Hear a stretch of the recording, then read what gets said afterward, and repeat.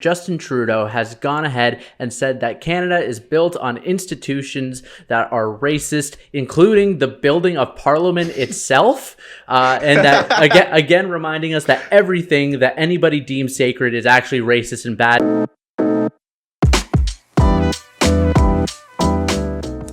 Hello, This Week in Canada viewers. It's Roberto here. We're having a t-shirt contest where you could win a beautiful, fantastic, one-of-a-kind t-shirt. It's super easy to sign up. All you have to do is go to the links below. Go to the Facebook link and like our page. That's the most important part. Then you come back here to the YouTube comments and just leave a comment saying which host you like the best. It's that easy, and you can win this beautiful, one-of-a-kind, fantastic, sexy, never-before-seen t-shirt. It could be on your shoulders and back and rest of the body in no time. So that's super easy. Go to the description, click on our Facebook, like the page, come back, and leave a comment. It's that easy.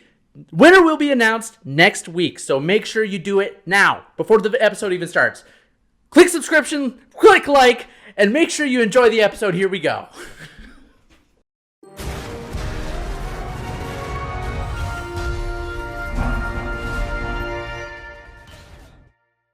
I hate you too. All right, ready? Let's go. Hello, dear viewers, and welcome back to another episode of This Week in Canada. My name is Roberto Wakerel Cruz, and with me once again is Nico Johnson. Nico, say hello. Hey, how's it going, everyone? I've had a bad week. I've watched my royal family, the greatest institution on the planet, get dismantled by a Californian actor. What's going on with that? Bobby, how have you been? Well, things have been a little bit tense over here too, and this lady seems to be causing a lot of problems all over the globe, whether it's in England, and now our Prime Minister too has jumped on the bandwagon created by Meghan Markle. So let's just jump into it. Let's start with the first topic. Is Prime Minister Justin Trudeau has gone ahead and said that Canada is built on institutions that are racist, including the building of Parliament itself, and that again reminding us that everything that anybody deems sacred is actually racist and bad. Nico, you're from across the pond next to the Emerald Isle or whatever. Why don't you tell us your take? Yeah, so essentially, obviously, the interview came out. This is a Canadian show, so who cares about that? But essentially, the CBC, obviously, who else, asked Justin Trudeau a question saying, how do you reconcile your support for the monarchy with your stated desire to dismantle the legacy of colonialism in this country? Just taking everything Meghan said as facts, because, you know, that's what the CBC does. That's what it does. And then Trudeau responded by saying, well, there are... Okay, I'm going to quote him directly here because he does sound suspiciously like a teenage girl. I think he might be going on Tumblr. He said, he said, there are many institutions that we have in this country, including that big building right across the street from us, Parliament, that has and is built around the system of colonialism, of discrimination. I mean, blah, blah, blah, blah, blah, right? It's just platitudes. This is all meaningless. He's not going to do anything about it. If he actually does believe this, which, I don't know, he might not, doesn't matter, because no action will go into solving this issue. And on top of that, I mean, I guess you can broadly say, look, Canada, it can be argued, is built on racism. You know, the British and French who came over here thought they had a right to this land. They thought they had a right to rule over natives, etc., etc. We learned all this in school, right? Yeah. But what's the point of him just saying that? Exactly. And almost what irritates me more, so I think it's quite divisive. And secondly, just stop yapping these platitudes away, trying to make yourself popular on Twitter. You know, it's just a waste of time. Well, Bobby, what do you think? I think that you're pretty much spot on. The thing is, it's bringing up these points time and time again doesn't seem to actually get us anywhere. And I actually consider this rhetoric to be pretty divisive. These are things that our country is built and based on, and it's not going away. Our passport, our shield is based on the UK's shield. It's basically a copy paste of it. The amount that we are connected to England is, it's how we were born. And to think that just bringing it up time and time again, just picking at these old wounds, to think that's going to get us anywhere, it clearly has not. I think that race relations are probably the most tense that they've been in a long time. The efforts at reconciliation by the Trudeau government have been fairly empty. There's still boiled water advisories everywhere throughout the country. There might be a few less. Okay, sure, there's a few less. But it doesn't seem like this is actually working. And this whole thing being started by, like you said, this actress from California who said she didn't know what she was getting into by marrying a royal, that is so just beyond comprehension for me. You're marrying a royal. Who would ever want to be a royal? It's one of the worst things that you could be. So, and if I may just talk about Justin Trudeau's quote, just one last thing of course. he said, which I thought was a bit interesting. He talks about Parliament being something which was, racist. And I don't think he's talking about the architecture. I don't think he's talking about the building itself, although he didn't, make that clear.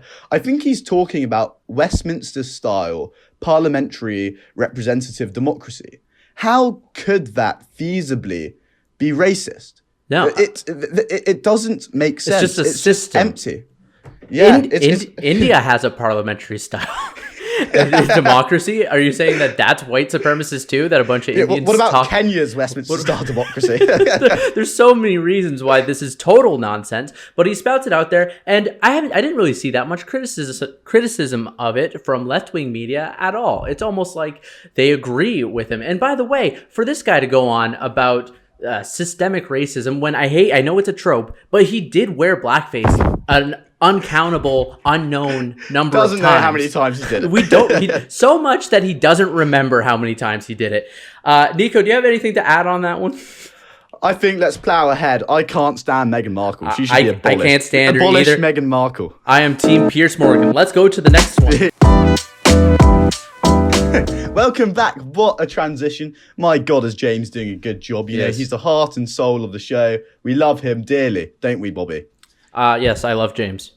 All right, but we need to plow forward into the next segment because Patty Hajdu, sorry, I can't get over that sort of thing she has on her forehead, has just disclosed the fact that this hotel quarantine sort of prison that travellers are forced into is based on no scientific evidence whatsoever. Let's go to our man on the ground. Bobby, what do you think about this? Well, as you know, or as you probably don't know if you're watching this show, the Standing Committee on Public Safety and National Security had a big meeting where everyone argues and debates about what's effective and what's not effective, what they've been doing right, what they've been doing wrong on COVID. And obviously a huge point of contention in the last little while has been these quarantine facilities that people are being forced into. So Michelle Rempel-Garner, the Shadow Minister of Health, one of my favorite MPs, as many people know, and Nico's too for other reasons, went to town on Patty Hajdu, however you say it, and tried to get her to just say, are these facilities more or less effective based on the data we have than just bringing someone to their house and just making them quarantine at home? This is what happened. Here, just show the clip really quickly. My question is material, and I would like a yes or no answer. So out of respect to that victim, a yes or no answer is needed. Thank you. The data. Go ahead. The minister will answer the question in the fashion she chooses to. Thanks. I will just say this. The data is incomplete internationally. We are, as a world, trying to figure out what the best approach is to prevent the importation of COVID-19, the combination of quarantine and testing, and we are it is under study. Thank you. So is that an admission that this was a political decision to discourage March break travel as opposed to a data-driven decision that shows that the quarantine hotel program would do better at spreading the variants than at-home quarantine?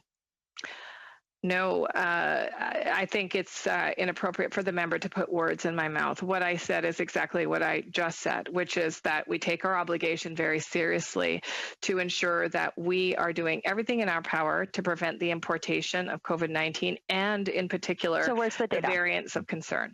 So where's the data? As I answered previously, the data is incomplete in terms of what combination of measures are. So as you saw there, after pressing and pressing and pressing, Patty had no answer, where eventually she says that we don't have data that supports really the existence of these hotels where there's been stories of people having to staying for 15 hours. They get charged close to $4,000. And above all, she tries to weasel out of it, but Michelle Rempel-Garner stands her ground and says a woman was sexually assaulted by a Windsorite at one of these facilities, and she deserves to know, was this in vain? Did she have to be in this facility where an unspeakable act happened to her? Apparently, we don't even know if she had to be there. And something that wasn't even mentioned is that there's no locks on the doors, which, I mean, Why is there no locks? It's unhelpful. Unhelpful. It's one of the most egregious just destructions of our liberties and rights. We're allowed to go home. Says we can't go home. Nico, what do you think about this? Yeah, I mean, it's shocking. I mean, firstly, there's so much of this which is outrageous. Firstly, the price, $2,000 for a 3-night stay in like a Best Western, a 3-star hotel. I mean, that's just, in my view, that's extortion. Secondly, the food is atrocious. You're treated terribly. I mean, obviously there's this horrific case of the sexual assault, but this goes all the way down to just, even regular visits. You can't get proper food. You can't get attention. You can't lock your door. And you can't see your family. And, a lot of people I see sometimes on Twitter say, oh, well, you shouldn't have traveled abroad.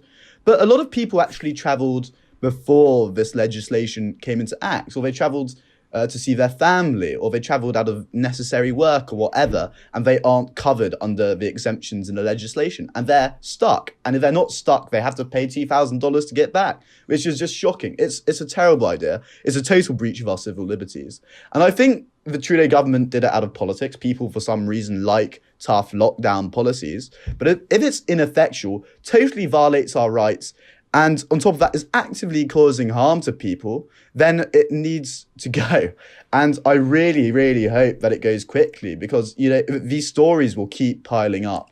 100%. I totally agree. And here's the other thing. These quarantine facilities, all of Canada's lockdown regulations that exist right now are dated. The CDC in the US, which say what you want about them, they've decreased the quarantine period from 14 days to 7 to 10 days. We are still behind in vaccines, which leads to things like quarantine facilities. It all stems from the incompetence of the Trudeau government, and there's no reason for it. If we had a competent government that knew what they were doing, these things would not be happening, and we would not be losing our civil liberties and have our destruction of our civil liberties be cheered on by liberals and the popular press, the state media. That's all I got to say on that one. I think I'm bang on too.